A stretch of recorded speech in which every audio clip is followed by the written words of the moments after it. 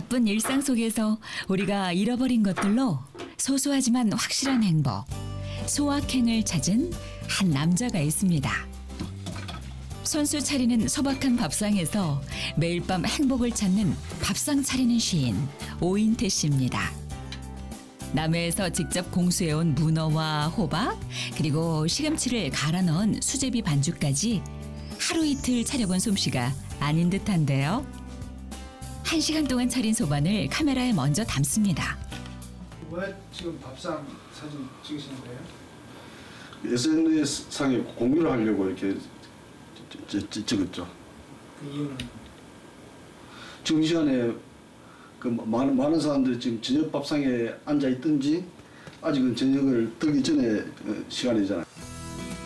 SNS에 사진을 올려 많은 이들과 소통을 한다는데요. 오늘도 많은 사람들이 그의 밥상을 통해 대리만족을 느낍니다. 수저 한 벌, 밥 한 그릇. 단출하게 차려놓은 독상이지만 혼자가 아닌 식구들과 함께 먹는 둘의 밥상을 재현한 밥상이라는데요. 밥 한 그릇 먹으려면은 찬 두세 가지 국만 있으면 먹을 수 있을 것 같아요. 우리 어릴 때 그렇게 먹고 컸잖아요. 이 밥상이라는 것은 또 이렇게 공간적인 의미뿐만 아니라 시간적인 의미도 있는 것 같아요. 밥대라고 하잖아요, 밥대. 식구들이 어쨌든 직장이나 뭐 학교나 이런 일터에서 돌아오는 시간, 돌아오는 곳, 모이는 곳, 그래서 집이라는 말이 생기지 않았는가 싶어요. 하지만 시대가 바뀌면서 찾아온 밥상의 위기. 우리는 다시 밥상으로 돌아갈 수 있을까요?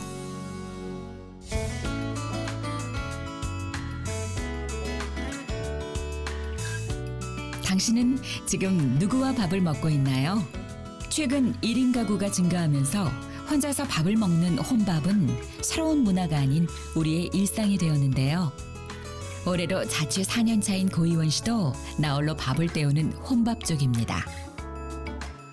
이런 것들도 시켜가지고 근데 이게 2인 배달이라 1인식으로 파는데도 요새는 되게 많아졌는데 그래도 좀 맛있는 거를 먹으려면 치킨도 한 마리 시키면은 혼자서 먹기가 어렵잖아요.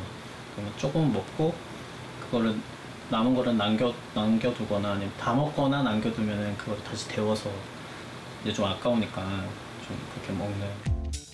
배달 음식도 해먹는 음식도 남기거나 버리기 일수. 다 먹다 남은 건데 조금 오래됐고 이것도 마늘도 조금 됐고. 그에게 식사는 챙겨 먹는 게 아니라 때워야 하는 귀찮은 일이 되었습니다. 전자레인지에서 단 5분 간편하게 조리를 끝낼 수 있는 완제품들만 차고 넘쳐납니다. 대용으로 먹는 거긴 한데 굳이 식사 시간을 맞출 필요도, 긴 시간과 정성을 쏟지 않아도 쉽게 한 끼를 때울 수 있다는 희원 씨. 집밥 먹어본 지 한 1년 한 반 정도 된 것 같아요. 제가 또 지방에서 살다 올라와가지고 자취하면서 이제 그렇게 많이 자주 못 내려가서 지방에 내려가도 뭐 외식을 하지 주로 집에서 또 하기는 또 어머니께서 부담스러우니까 또 외식을 또 자주 했거든요. 혼자 사는 법은 알지만 건강한 밥상을 챙기는 법은 모르고 살아가는 혼밥족들. 잦은 외식과 불규칙한 식습관은 건강까지 위협하고 있습니다. 혼밥을 할 때는 이제 배달 음식 먹거나 이럴 때는 체중이 상당히 많이 나갔었어요. 근데 이제 뭐 다 같이 식사하거나 이런 자리들을 좀 자주 찾아다니다 보니까 체중이 조금 줄기 시작하면서 제가 그 체중 준 거에 대한 운동을 좀 또 하기 시작했어요. 체중도 준 만큼 그래도 운동을 좀 해야 유지될 것 같아서 운동을 좀 해가지고 최고치가 대략 한 120kg 정도까지 나갔었고 지금은 그래도 두 자리 96kg 정도 나갑니다 지금. 해마다 1인 가구는 증가하고 있습니다. 통계청 자료에 의하면 나홀로족은 520만 명으로 전체 가구 중 가장 높은 수치를 기록했는데요. 그들이 혼자 식사하는 비율은 무려 90%가 넘습니다. 2014년에 이루어진 우리나라 국민건강영양조사 자료에 의하면요. 하루에 2회 이상 혼밥을 하시는 분들은 혼밥을 전혀 하시지 않는 분보다 비만의 위험도도 높아지고요. 대사증후군의 위험도도 높아지고 고혈압의 위험도도 높아집니다. 혼밥이라는 것이 당장의 영양결핍 뿐만이 아니라 오래 지속될 수 있는 만성질환의 위험도 높인다는 점에서 혼밥은 분명히 신경 써야 할 부분입니다.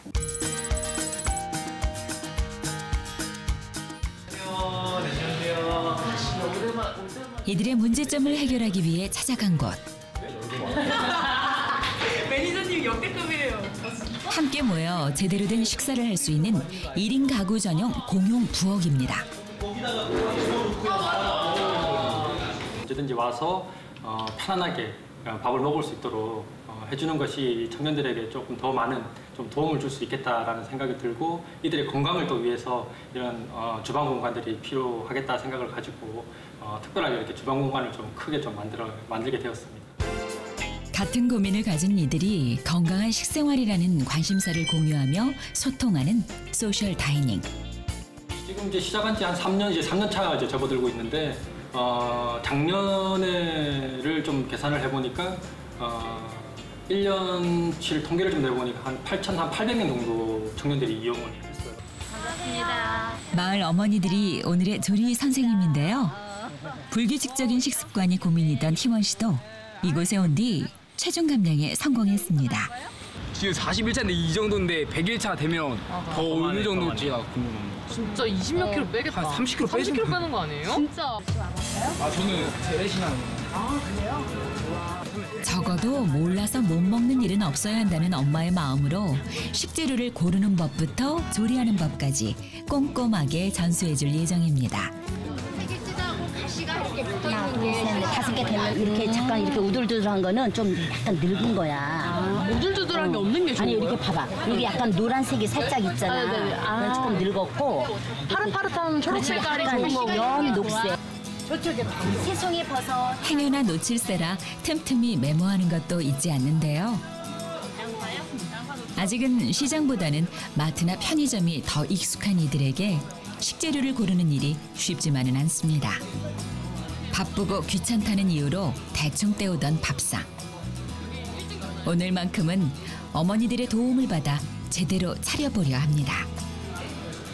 엄선한 재료들을 가지고 다시 돌아온 공유 부엌.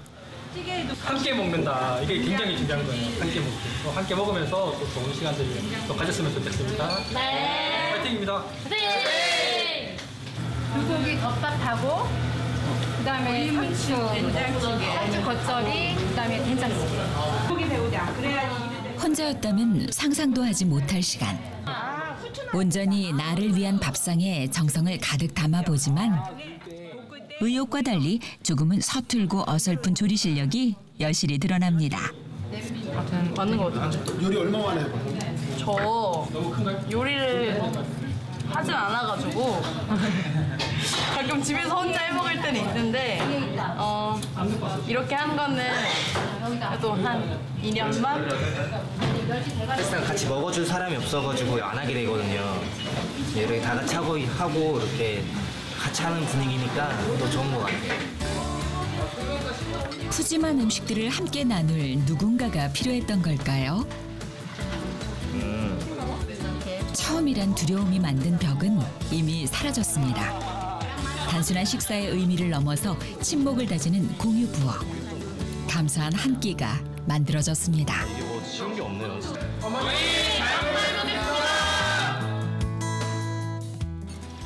이들에게 필요한 건 바쁜 일상 속에서 직접 조리한 음식을 밥상에 올리고 아무것도 아닌 얘기에 웃고 떠들고 사람들과 마주 앉아 함께 먹는 오늘 같은 시간입니다. 싫어하는 음식. 오늘 뭐 소불고기랑 밥이랑 된장국이랑 해봤는데 처음 해본 일이지만 또 되게 소상하게 잘 가르쳐주셔가지고 뭐 기억에 잘 남고 내일부터라도 집에서 조금이라도 혼밥을 하긴 하지만 그래도 조금 차려서 먹을 수 있도록 잘 해야 될 것 같습니다. 같이 먹으니까 원래 혼자 있으면 좀 더 우울해서 뭔가 많이 먹은 것 같아도 뭔가 마음이 허전해서 계속 먹는 느낌? 이런 게 있었는데 좀 그거를 이렇게 마음의 허기짐을 채우려는 느낌이 있었는데 오늘은 그냥 적당히 먹어도 되게 배불고 그냥 같이 먹으니까 더 맛있게 느껴졌던 것 같아요.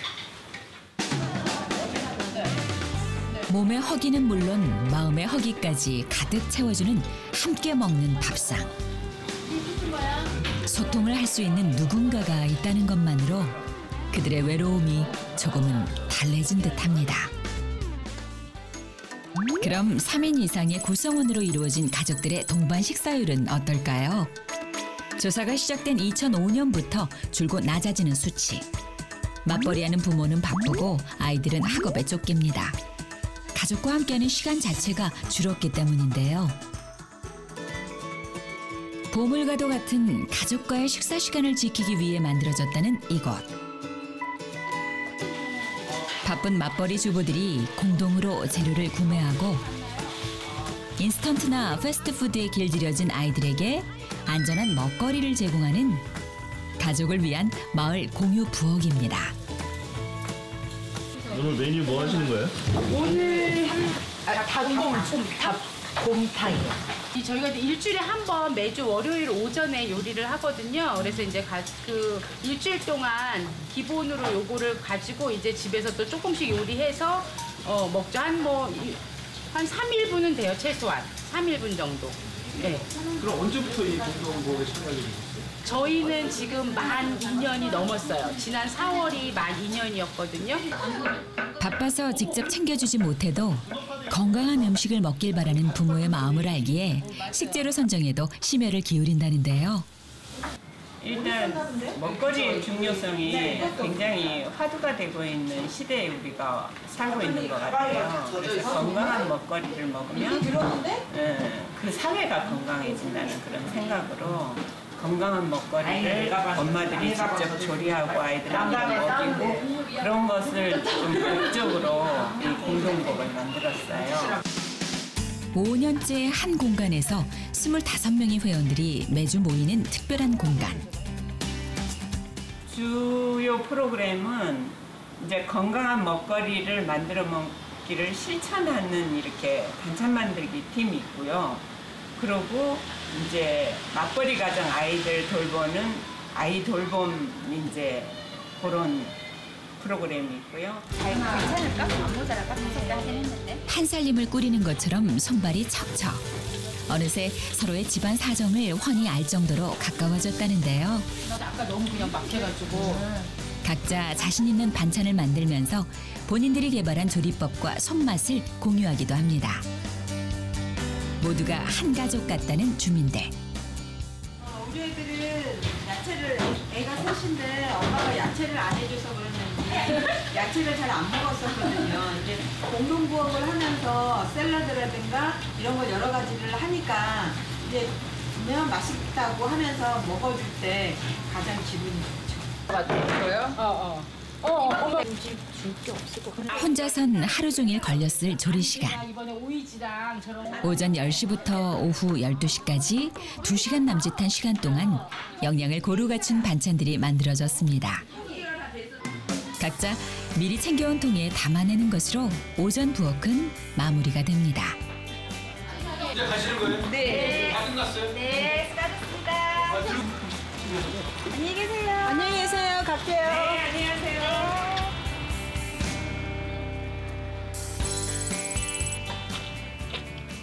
한편 학교에서도 사라져가는 밥상 문화를 지키고 되찾기 위한 노력의 움직임이 활발합니다.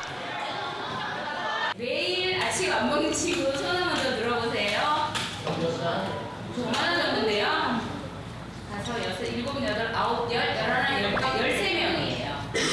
팀이 일어났어요. 어떻게 돼? 아침밥을 거르는 학생들이 그 주인공인데요. 아무것도 안. 아침에 일어나서 시간도 없고 음악도 없고 그래서 그냥 거르게 되는 것 같아요. 초등학교 3학년쯤 됩니다. 또 엄마가 뭐라고 안 하십니까? 가끔 먹으라고 하시는데 안 먹고 나올 때가 많아요. 습관적으로 안 먹는 친구도 있고 한 34%? 그리고 또 뭐 입맛이 없어서 아니면 늦잠 자서 시간이 없어서도 거의 32% 정도를 차지해가지고요. 대체로 시간이 없거나 뭐 입맛이 없거나 습관적인 친구들이 한 65% 정도 같아요. 출근 준비로 바쁜 부모님과 등교 준비로 바쁜 아이들의 아침 시간. 가족과 함께 식사하는 비율이 현저히 낮을 수밖에 없는 학생들을 위해 진행된 아침밥 먹기 프로젝트입니다. 국민 공통 식생활 지침을 바탕으로 한 이 교육은 아침밥을 왜 먹어야 하는지에 대한 이유와 필요성을 학생들이 스스로 인식하게 하는 것이라는데요. 이젠 습관화가 되어버린 아이들의 결식. 성장기 청소년이 규칙적으로 아침밥을 먹을 수 있도록 인지시킴으로써 학업의 집중도도 높일 수 있다고 합니다. 이렇게 하니까 재미도 있고 먹고 나면 맛도 있고 끝내줘요. 친구끼리 만들어 보니까 재밌기도 하고 집에서도 한번 또 만들어서 엄마 아빠께 만들어 드리고 싶네요. 식생활도 교육이 필요한 요즘. 귀로만 듣는 학습이 아니라 내 손으로 직접 아침밥을 만들어 먹는 소중한 시간. 그 아이들이 사실 이제 바빠서 요즘에 식생활 습관이라든지 끼니도 거르고 다니는 경우가 많은데 좀 자라나는 성장 과정에서 이제 공부도 중요하고 학습도 중요하지만 또 어떻게 먹고 자라는지에 따라서 또 건강에도 도움이 되고 살아갈 때도 힘이 되기 때문에 그런 것을 좀 학생들에게 잘 알려내기 위해서 하고 있습니다. 우리 아침밥 꼭 먹기로 해요. 가족 밥상이라고 하면 단순히 가족들이 식사를 함께 한다라는 그 의미를 넘어서 그 안에서 서로 공동체의 어떤 공동체라는 어떤 의식을 확인하고 또 부모나 어른들은 그 다음 자녀 세대에게 그 사회가 가지고 있는 공동의 가치라든가 이런 것들을 가족 밥상을 통해서 자연스럽게 가르침을 이루고 전수할 수 있는 기회가 되기 때문입니다. 시대의 흐름에 맞춰 밥상 문화는 변했습니다. 채소화가 오늘 정말 너무나 예쁘게 피었어요. 하지만 우리는 아직 예전 시절 밥상을 그리워합니다. 그래서 이곳에서 잊혀진 둘의 정신을 경험할 수 있다는데요. 이렇게 고추를 이런 거를 따보세요. 이렇게 고추가 이게 크잖아요, 보세요. 직접 만져보고 눈에 담는 도시의 아이들은 자연의 변화를 온몸으로 배우는 중입니다. 뚱뚱한 거 많아요. 양호한 뚱뚱한 거. 이건 고추고 이거 상추고 곤드레.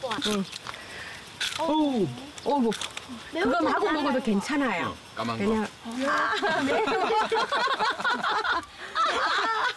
매워. 원래 고추 진짜 잘 먹는데. 왜냐하면 이거는 매운 고추거든요. 매운 고추. 이거 안 매운 거 먹어야 되는데. 어때요? 매워요. 왜 먹었어요? 그렇게 하나만. 기분 다쳤다고 매웠죠. 얘들아 이렇게 블루베리. 해마다 이즈음이면 들밥 번개를 친다는 조정숙 원장. 이거 딱 원래 옛날에 우리는 밥상 앞에 앉아서 이 위계 질서가 섰고 어른이 있고 아이가 있었는데 지금은 그 질서조차도 없어졌어요. 왜냐하면은 너무 바쁘니까 세상도 바쁘고 아버지도 엄마도 아이도 다 바빠요. 그래서 밥상머리 교육이라는 게 아예 없어져 버렸어요. 밥상에 앉아서 밥을 이렇게 먹는 그런 것이 오히려 이제 밥상머리 교육이 아니겠는가. 거기에서 아이들이 우리가 예와 춤을 배우지 않을까 저는 그렇게 생각합니다. 밥상머리 교육이 퇴조하는 것을 안타깝게 여겼던 그녀는 보현산 자락에 위치한 폐교에 들밥 학교를 세웠습니다.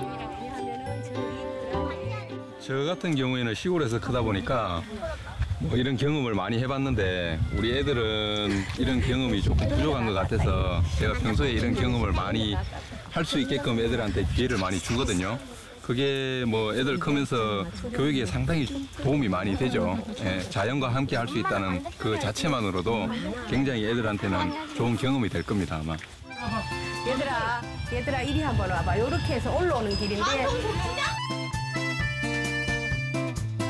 자연의 부산물을 모아 손수 만든 안전한 먹거리만 밥상에 올린다는데요. 굉장히 중요한 부분이에요. 이게 이제 공기가 들어가면 사실 별로 안 좋거든요. 이거 한번 보세요. 이 된장이 이게 굉장히 맛있어요. 이건 3년 됐거든요. 4년째인데. 농사 지은 것과 자연이 준 선물로 다시 밥상을 차리는 일이 가족 공동체를 지키는 가장 중요한 원칙이랍니다. 냄새는 지독한데요. 맛은 맛있어요. 약간 된장 맛이야 그냥 그게. 오늘만큼은 부모도 아이도 바쁜 일상을 잊은 듯합니다. 흔한 소시지 반찬 하나 없는 들밥 밥상. 제철 식재료를 이용해 최대한 덜 짜고 덜 자극적으로 버무린 산나물들이 조롱박 안에 가지런히 담겨 있습니다. 고즈넉한 산골의 점심시간. 이런 걸 처음 보셨죠 요즘? 네. 젊은 엄마들에게도 들밥은 생소합니다. 예부터 조롱박을 식기로 사용한 데에는 다 그만한 이유가 있는 법. 어떻게 알겠어요 이런 밥을.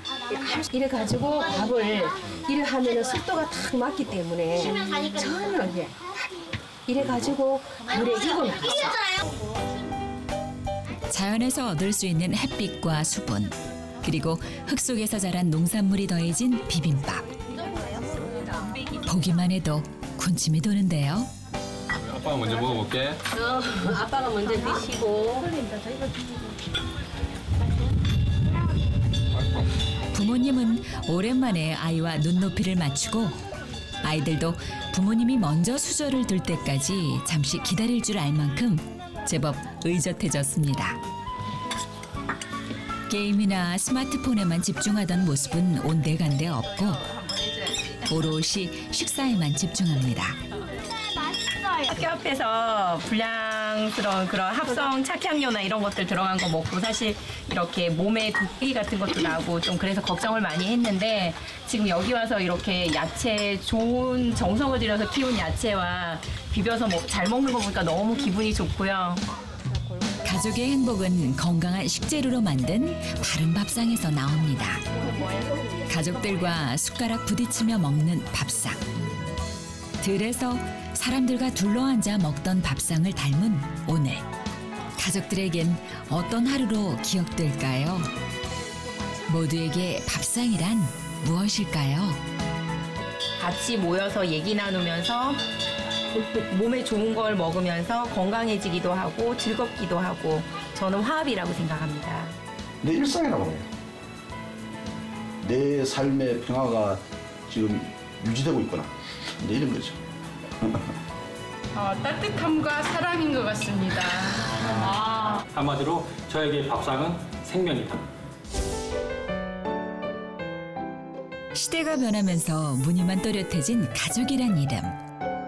하지만 모두가 함께 먹는 밥상에 대한 갈증은 여전합니다. 고된 하루 끝에 마주한 소박한 밥상이 때로는 말없는 위로를 건넵니다. 함께 먹는다는 것은 내가 가진 힘을 전하고 마주한 사람으로부터 힘을 받는 일이 아닐까요?